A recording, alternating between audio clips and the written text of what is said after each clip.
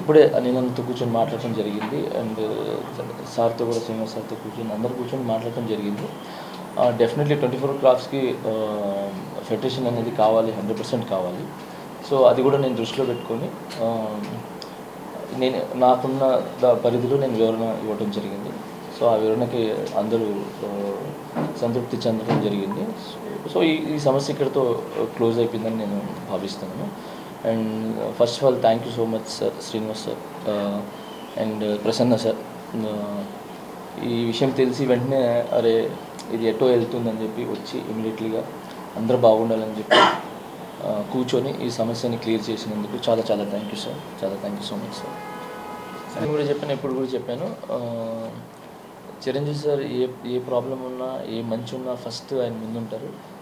Thank you Chiranjeevi sir. ఇది ఫస్టే మీరు గమనించి పిలిపించి మమ్మల్ని కలిసేలాగా ఏమంటారు కూర్చోబెట్టి చాలా చక్కగా మమ్మల్ని ముందుకెళ్ళేలాగా చేశారు. ఫస్ట్ నన్ను కానీ శేఖర్ని కానీ, దాని తర్వాత ఇప్పుడు యూనియన్ సమస్యల్ని కూడా ఆయన కూడా ఒక మాట చెప్పి అనిల్ గారికి అండ్ మన రాజేష్ గారికి చెప్పి దీన్ని ఎలా అయినా ముందుకు తీసుకెళ్ళి దీని సమస్యను క్లియర్ చేయండి అని చెప్పి చిరంజీవి సార్ కూడా చెప్పడం జరిగింది.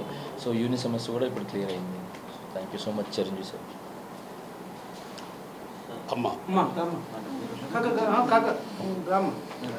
రావాలి